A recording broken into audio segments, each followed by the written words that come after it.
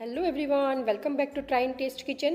આજે હું તમારી સાથે શેર કરીશ તુરિયાનું એકદમ નવી રીતે તમે ક્યારેય નહીં બનાવી હોય એ રીતે શાક બનાવવાની રેસીપી.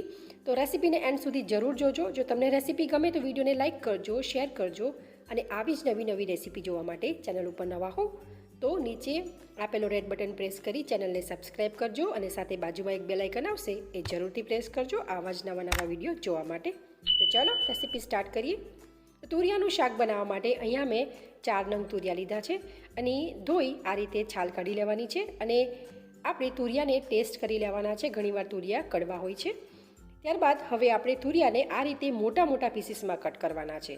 બરાબર, આ ટાઈપના જ મોટા પીસીસમાં કટ કરીશું. હવે તમે જોઈ શકો છો કે મેં બધા જ તુરિયાને આ રીતે મોટા પીસીસમાં કટ કરી લીધા છે.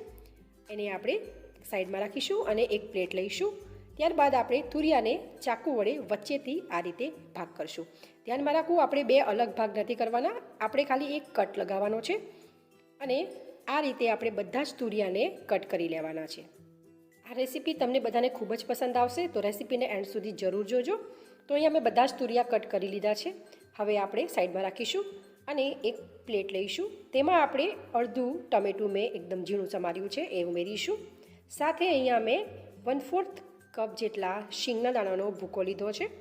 ત્યારબાદ આપણે 1/4 કપ જેટલી સેવ ઉમેરીશું. તો સેવ તમારી પાસે જાડી ઝીણી જે પણ હોય તમે એનો યુઝ કરી શકો છો. તો અહીંયા મેં 1/4 કપ જેટલી સેવ ઉમેરી છે. સાથે આપણે લસણની ચટણી ઉમેરીશું. તો 1 મોટી ચમચી જેટલી લસણની ચટણી ઉમેરવાની છે.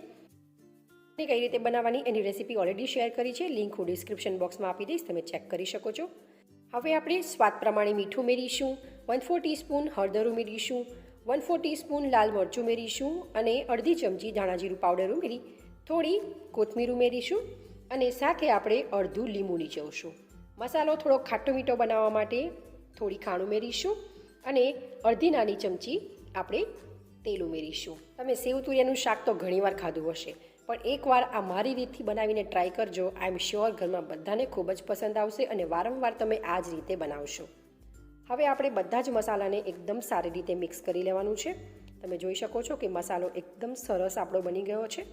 હવે આપણે આ જે મસાલો છે એને તુરિયામાં સ્ટફ કરવાનો છે. તો તુરિયા લઈશું આપણે અને 1 બાય 1 તુરિયામાં આપણે આ મસાલો ભરશું. તમને મારી આ નવી રીતથી સેવ તુરિયાનું શાક બનાવવાની રેસીપી કેવી લાગી એ મને કમેન્ટ કરી જરૂર જણાવજો. અને જો તમને રેસીપી ગમી હોય તો વિડીયોને એક લાઇક જરૂરથી કરી દેજો. સાથે તમારા ફ્રેન્ડ્સ ફેમિલીના ગ્રુપમાં જરૂરથી શેર કરજો. તો તમે જોઈ શકો છો કે અહીંયા મેં બધા જ તુરિયામાં મસાલો ભરી દીધો છે અને થોડોક મસાલો બચ્યો છે એ આપણે શાકમાં ઉમેરીશું. તો હવે આપણે શાક બનાવીશું. તેના માટે પેનને ગેસ ઉપર ગરમ કરવા માટે મૂકીશું. તેમાં 2 મોટી ચમચી તેલ ઉમેરીશું. તેલ ગરમ થઈ જાય ત્યારબાદ હવે આપણે તેમાં અડધી ચમચી જીરું ઉમેરીશું, અડધી ચમચી રાઈ ઉમેરીશું અને ચપટી હિંગ ઉમેરીશું. રાઈ જીરું ફૂટી જાય ત્યારબાદ આપણે જે ભરેલા તુરિયા હતા એ તેલમાં ઉમેરી દઈશું અને લગભગ 1 થી 2 મિનિટ સુધી સાતળી લઈશું. રેસીપીને તમે એન્ડ સુધી જરૂરથી જોજો. આ શાકનું ટેક્સચર, એની ગ્રેવી એટલી સરસ બને છે કે તમને જોઈને જ બનાવવાનું મન થઈ જશે. તો લગભગ 1 થી 2 મિનિટ જેટલો ટાઈમ થઈ ગયો છે તુરિયાને સાતળતા. હવે આપણો જે મસાલો બચ્યો હતો ને એ મસાલાને આપણે ઉમેરી દઈશું. એને પણ એકદમ સારી રીતે મિક્સ કરશું. તમને મારી આજની રેસીપી કેવી લાગી છે એ મને કમેન્ટ કરી ચોક્કસથી જણાવજો. એકદમ બરાબર મિક્સ થઈ ગયું છે. હવે આપણે કવર કરશું અને કવર કરીને વધુ 2 મિનિટ આ રીતે જ આપણે કૂક કરશું. 2 મિનિટ બાદ ખોલીને ચેક કરશું. તમે જોઈ શકો છો ખૂબ જ સરસ તેલ છૂટું પડી ગયું છે. હવે ફરીથી આપણે એકવાર બરાબર મિક્સ કરી દઈશું અને ત્યારબાદ આપણે પાણી ઉમેરીશું. તો પાણી અહીંયા એપ્રોક્સિમેટલી મેં 1.5 કપ જેટલું પાણી ઉમેર્યું છે. હજુ રિક્વાયરમેન્ટ લાગશે તો આગળ ફરીથી ઉમેરીશું, પણ અત્યારે મેં 1.5 કપ જેટલું પાણી ઉમેર્યું છે.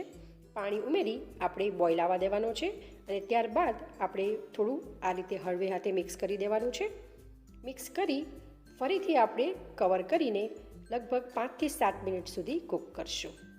5 થી 7 મિનિટ બાદ તમે જોઈ શકો છો કે ખૂબ જ સરસ ગ્રેવીમાં બોઇલ આવી ગયો છે. તુરિયાને આપણે ચેક કરશું, પણ તુરિયા મને થોડા કાચા લાગે છે. તો ફરીથી આપણે ઢાંકી વધુ 5 મિનિટ સુધી શાકને થવા દેવાનું છે. તો લગભગ 5 મિનિટનો ટાઈમ થઈ ગયો છે. ખોલીને ચેક કરશું. તમે જોઈ શકો છો ગ્રેવી ખૂબ જ સરસ થીક થઈ ગઈ છે. તેલ ખૂબ જ સરસ છૂટું પડી ગયું છે અને હવે આપણે તુરિયાને પણ ચેક કરી લઈએ. તો તમે જોઈ શકો છો એકદમ આસાનીથી ચાકુ જાય છે, એનો મતલબ કે તુરિયા એકદમ પરફેક્ટ આપણા ચડી ગયા છે.